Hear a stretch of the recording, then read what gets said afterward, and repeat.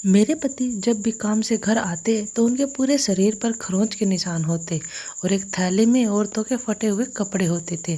मैं जब भी उन कपड़ों के बारे में जिक्र करती तो वे घबरा से जाते और हमेशा उन कपड़ों को छूने से मना करते थे। एक दिन मैंने उनका पीछा किया। उसके बाद मैंने जो देखा उसे देखकर तो मेरी रूह कांप गई। मैंने देखा कि वो तो मेरा नाम रीमा है। मेरी शादी पंकज से 6 महीने पहले हुई थी। पंकज ज़्यादा अमीर नहीं था।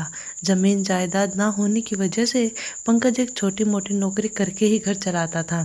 लेकिन मुझे यहाँ मैनेज करने में बहुत दिक्कत हो रही थी, क्योंकि मैं एक अमीर परिवार में पली बड़ी थी और मेरे पिताजी के बड़े बड़े कारोबार की वजह से धन दौलत की जरा भी कमी नहीं थी।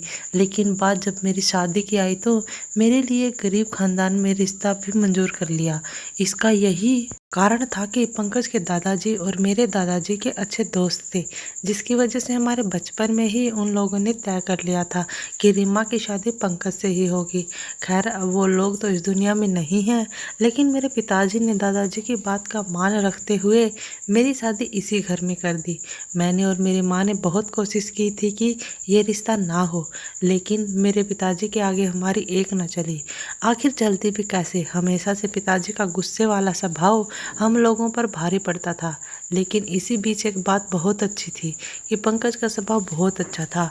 वो एक खुली और अच्छी सोच वाले इंसान थे। उनकी इस खूबी ने उनके गरीबीपन को ऊपर नहीं आने दिया। खैर, उनके प्यार के आगे मैं भी झुक गई और पंकज के साथ घुल मिल गई।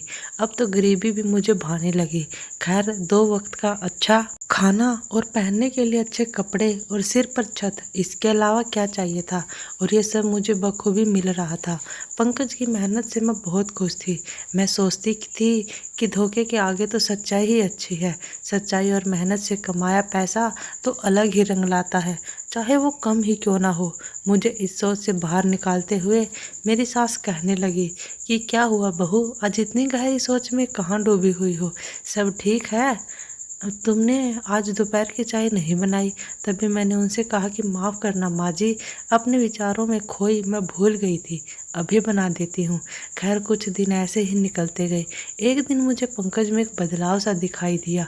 जैसे ही वह अपने काम से वापस आए तो उनके चेहरे और हाथों पर जैसे खरोच के निशान थे, मानो कि किसी ने अपने नाखूनों से उन्हें रौंदा हो। और जब मैंने उनके बैग को खोला तो देखा कि अंदर कुछ महिलाओं के फटे हुए कपड़े थे। मुझे तो कुछ भी समझ में नहीं आ रहा था। ये सब क्या है? मैंने पंकज से पूछा कि ये क्या हो गया है आपको, और आपके चेहरे और हाथों पर ये किस चीज़ के निशान हैं। तभी उन्होंने कहा कि नहीं, कुछ नहीं, बस काम करते यूं ही थोड़ी खरोंच सी आ गई, तुम फिक्र मत करो। तभी मैंने उनके बैग के उन महिलाओं के कपड़े के बारे में पूछा तो पंकज ने मेरे हाथ से बैग लेते हुए कहा कि नहीं, कुछ नहीं। फिर उन्होंने कोई ना कोई बहाना बनाकर उस बात को टाल दिया। मेरी किसी भी बात का जवाब ना देने की वजह से मुझे उन पर अजीब सा वहम हो गया कि पता नहीं पंकज क्या छुपा रहे हैं। दरअसल आज से पहले पंकज ने कभी भी ऐसा नहीं किया था।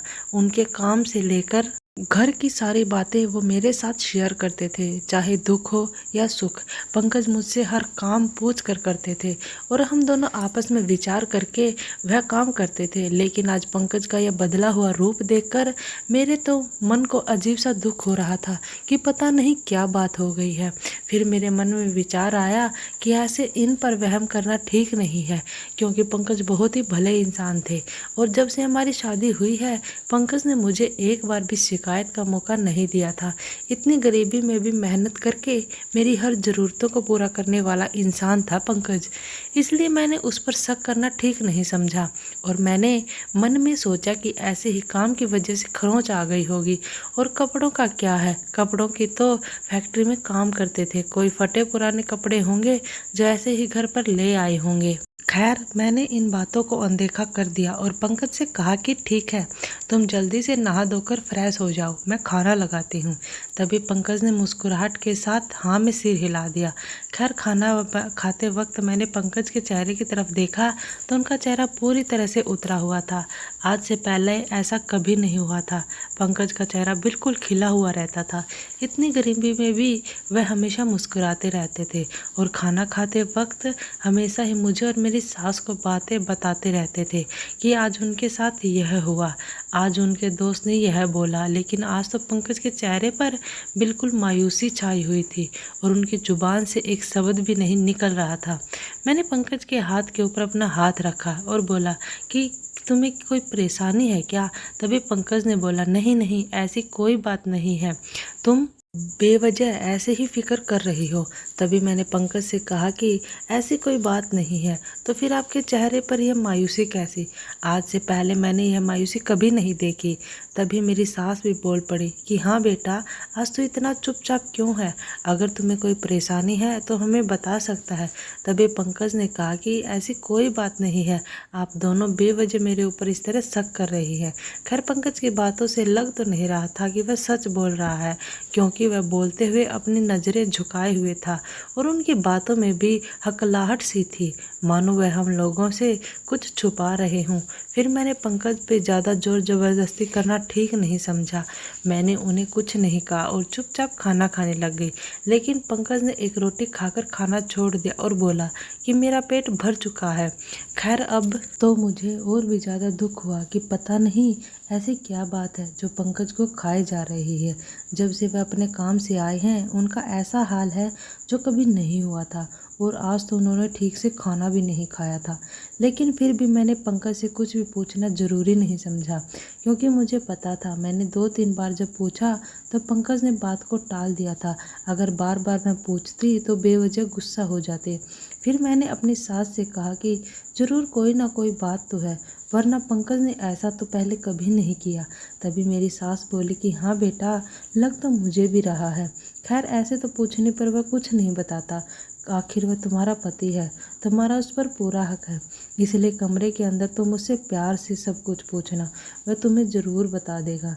मैंने अपनी सास की तरफ गर्दन हिलाई और बोला, ठीक है माँ जी। फिर खाना खाने के बाद सब लोग जब कमरे में सोने चले गए तो मैंने पंकज का हाथ पकड़ा और बोला कि पंकज, चाहे तुम किसी भी हालात में हो, मैं तुम्हारी पत्नी हूँ और तुम्हारा साथ देना मेरा कर्तव्य है। अगर तुम्हें कोई ऐसी बात सता रही है जिससे तुम्हारे अंदर कोई परेशानी है तो तुम मुझे बात बता सकते हो, हम दोनों मिलकर उसका सॉल्यूशन निकालेंगे। तभी पंकज ने प्यार से समझाते हुए मुझे कहा कि ऐसी कोई भी बात नहीं है, और जब से मैं काम से लौटा हूँ तुम सवाल पर सवाल किए जा रही हो। अगर कोई बात होती तो मैं तुम्हें ज़रूर बताता, तुम मुझ पर विश्वास क्यों नहीं कर रही हो? तभी मैंने उनसे कहा कि ठीक है, गुस्सा मत कीजिए और सो जाइए। पंकज ने कहा, ठीक है, मैं सोने जा रहा हूँ, वैसे भी पूरा दिन थक चुका हूँ, अब तुम्हारे सवालों का जवाब देने के लिए मेरे पास इतना समय नहीं है। मैं तो अंदर से पूरी तरह टूट चुकी थी, क्योंकि पंकज ने आज पहली बार मुझसे इस तरीके से बात की थी, वरना मेरे हर सवाल का जवाब देने के लिए उसके पास समय रहता था। लेकिन आज तो वह इस तरह बात कर रहे थे मानो मैं उन्हें कभी अच्छी लगी ही नहीं थी। खैर मैं भी सो गई। मुझे नींद तो कहाँ आने वाली थी, क्योंकि मुझे तो यही चिंता खाए जा रही थी कि पता नहीं पंकज को क्या हो गया है। खैर नींद ना आने की वजह से मैं पूरी रात करवटें बदलती रही, और सवेरा होने पर जब मैं जागी तो देखा कि पंकज काम के लिए निकल चुके थे। जिस समय वह रोजाना काम पर जाते थे आज उससे 2 घंटे पहले ही चले गए थे। पता नहीं ऐसे क्या आन पड़ा कि वह इतनी जल्दी चले गए, और वैसे भी कपड़े की दुकान पर काम करने वाले इंसान तो इतनी जल्दी नहीं जाते हैं, और इतनी जल्दी भला कौन दुकान खोलता है जो पंकज इतनी जल्दी चले गई। वरना रोजाना तो पंकज को बोल बोल कर कहना पड़ता था कि समय हो गया है, आप काम के लिए चले जाइए। लेकिन पंकज थे कि मुझे छोड़ने को ही तैयार नहीं होते थे, बस हर समय मुझसे चिपके रहना और बोलते रहते थे कि चला जाऊंगा, इतनी भी क्या जल्दी है। लेकिन आज तो उन्होंने ना मुझे बताया और ना ही मुझे जगाया, सवेरे सवेरे ही चले गए। खैर मैं उठकर कमरे से बाहर गई। बाहर माँ पूजा पाठ करके बैठी चाय पी रही थी। तभी मैंने उनसे कहा कि माँ जी, पंकज का नाश्ता करके गए हैं? तभी वह बोली कि पंकज चला भी गया? बेटी मुझे तो पता ही नहीं, मैं तो उठकर चाय बनाकर पूजा पाठ करने के बाद अभी चाय पी रही हूँ।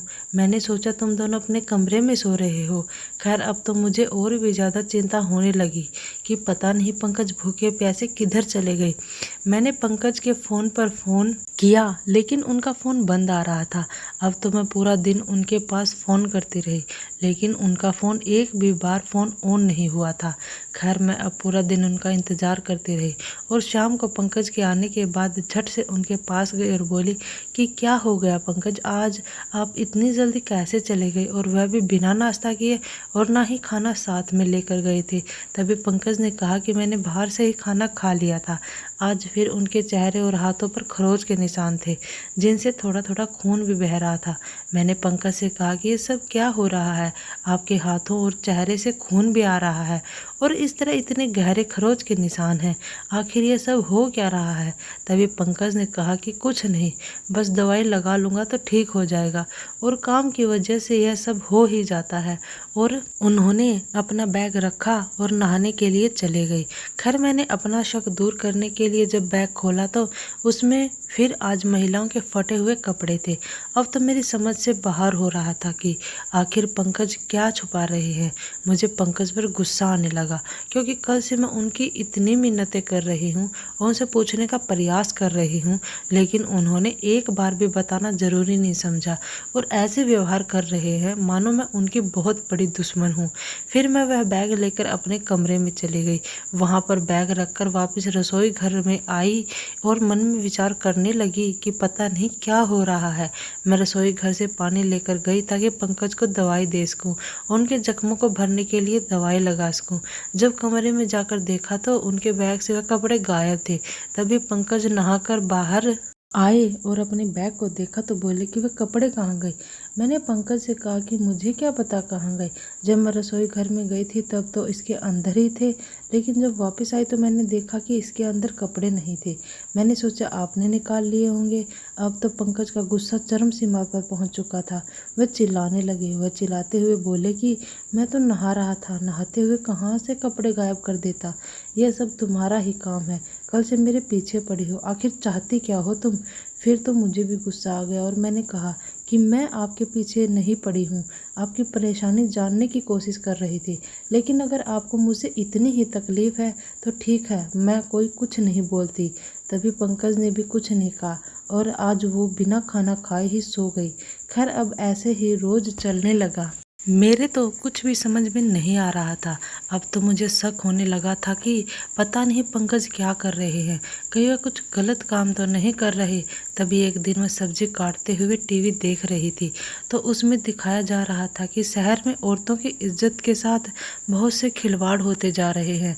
औरतों के साथ इज्जत का खिलवाड़ करके वह लोग उनके कपड़े फाड़ देते हैं और उनके अपने साथ ले जाते हैं। ऐसा गुनाह इस कदर फैल गया है कि वह लोग पुलिस की चपेट में भी नहीं आ रहे हैं। तभी अचानक से मेरा ख्याल पंकज पर गया, क्योंकि पंकज के चेहरे और हाथों पर तो इसी तरह के निशान थे जैसे किसी के साथ ज़बरदस्ती करने पर लड़कियों के नाखून के होते हैं, और उनके बैग से भी फटे कपड़े होते थे और पंकज की बातों से सरेआम झूठ लगता रहता था। और वह तो एक कपड़े की दुकान में काम करते थे, और कपड़े की दुकान में भला उनके निशान कहाँ से लग जाते हैं। खैर अब तो मुझे पूरा यकीन हो गया था कि पंकज कुछ तो कर रहा है। तभी मैंने सोचा कि क्यों ना पंकज का पीछा करके सब कुछ पता लगाया जाए, तभी दूध का दूध और पानी का पानी हो जाएगा। मैंने यह बात अपनी सास को नहीं बताई, क्योंकि मैं उन्हें परेशान नहीं करना चाहती थी, और मैंने मन में विचार किया कि कल मैं ये सब पता करके ही रहूँगी।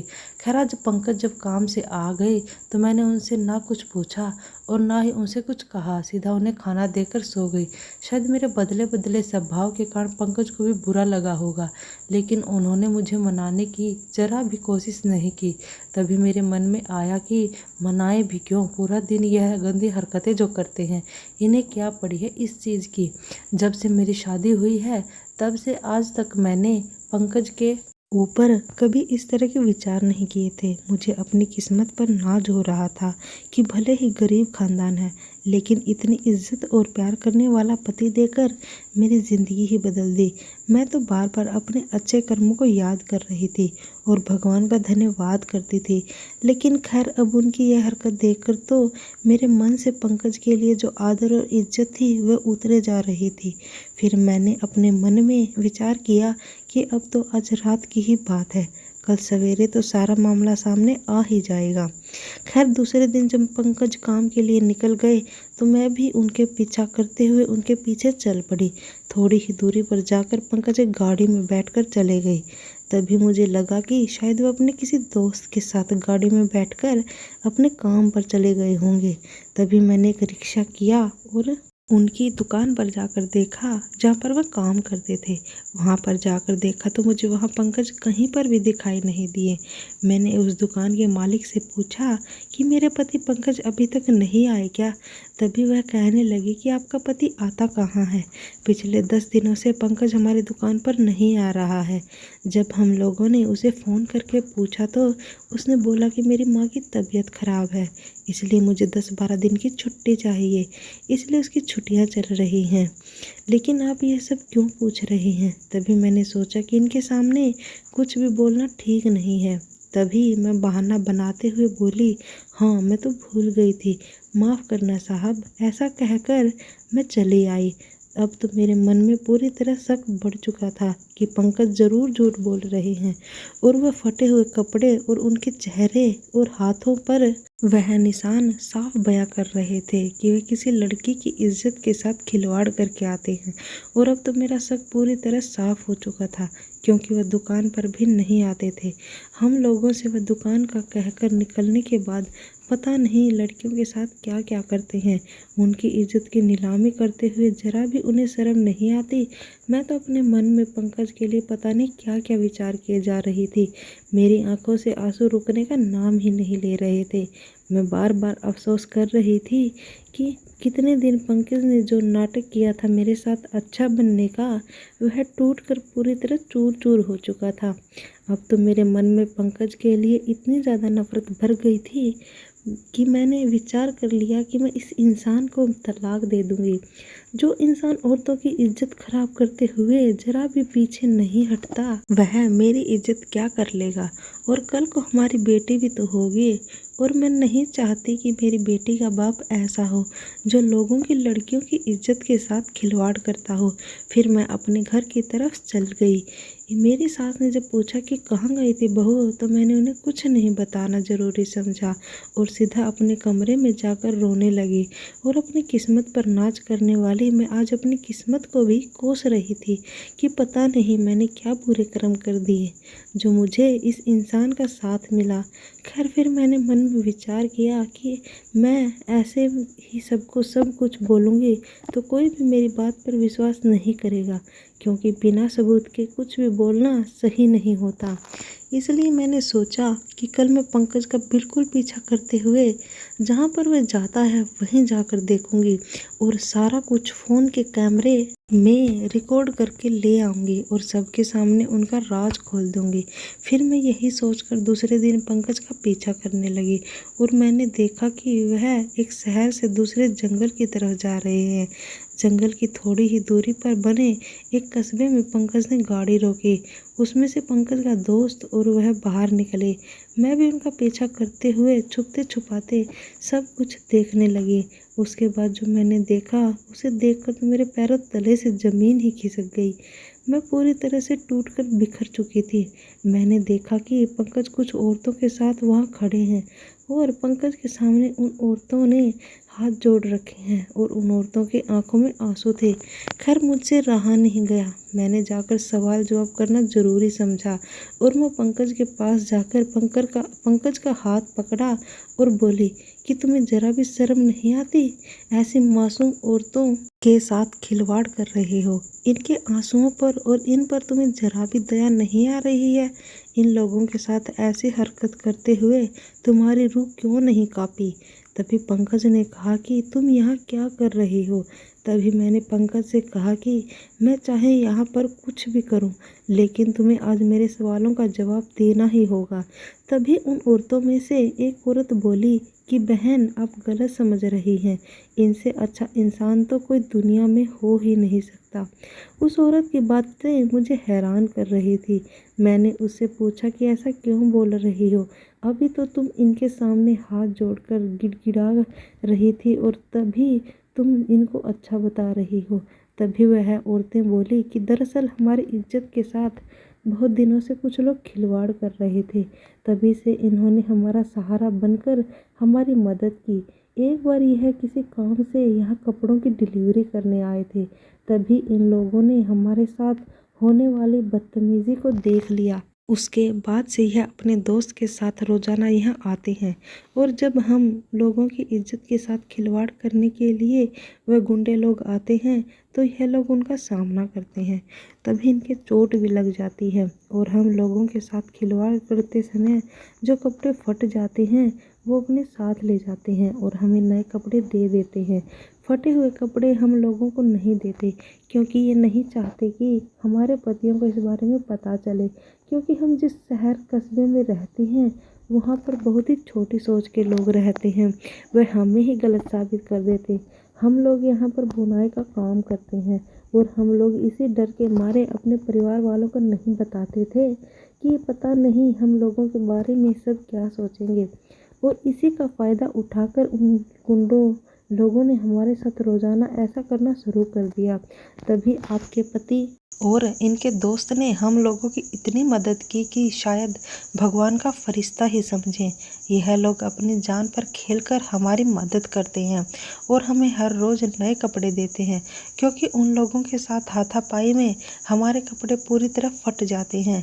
इन लोगों ने पुलिस के साथ मिलकर उन गुंडों को पकड़वा दिया और आज यह लोग हमें यह बताने के लिए ही आए थे, इसलिए हम लोग इनके सामने हाथ जोड़कर धन्यवाद कर रहे थे और इसी खुशी के साथ हमारी आंखों में आंसू आ गए थे। अब तो पंकज की सारी सच्चाई मेरे सामने आ चुकी थी। मुझे अपनी सोच पर घिन आ रही थी कि मैं इतने मासूम और सच्चे इंसान के ऊपर ऐसा शक किया था जो कभी भी करना सही नहीं था। पंकज हमेशा से ही अच्छा काम करते आ रहे थे और मुझे हमेशा से ही खुश रख रहे थे। मुझे पंकज पर विश्वास करना चाहिए था, लेकिन मैंने तो अपनी गंदी सोच के चलते इन पर पता नहीं क्या क्या शक कर लिया और बिना सोच विचार किए और बिना पूरी बात का पता लगाए पंकज के ऊपर ऐसे आरोप लगा दिए। मुझे तो भगवान भी माफ़ नहीं करने वाला। मैं पंकज के सामने हाथ जोड़कर खड़ी हो गई और बोली कि मुझे माफ़ कर देना, मेरी गलती माफ़ी के लायक नहीं है, लेकिन आपको जो सज़ा देनी है वह दे सकते हो। तभी पंकज बोला कि इसमें तुम्हारी कोई गलती नहीं है। जब इंसान चोरी छुपे ये सब काम करता है तो सामने वाले को शक हो ही जाता है। खैर थोड़ी बहुत गलती मेरी भी है, मुझे तुम्हें बताना चाहिए था, लेकिन मुझे भी माफ़ कर दो। मैं तुम्हें परेशान नहीं करना चाहता था, इसलिए तुम्हें कुछ भी बताना ठीक नहीं समझा। खैर मैं पंकज के गले से लग गई। अब मेरी आंखों में खुशी के आंसू थे कि मेरा शक भी दूर हो चुका है और खुदा ने मुझे इतना अच्छा पति देकर मेरी सारी ज़िंदगी संवार दी।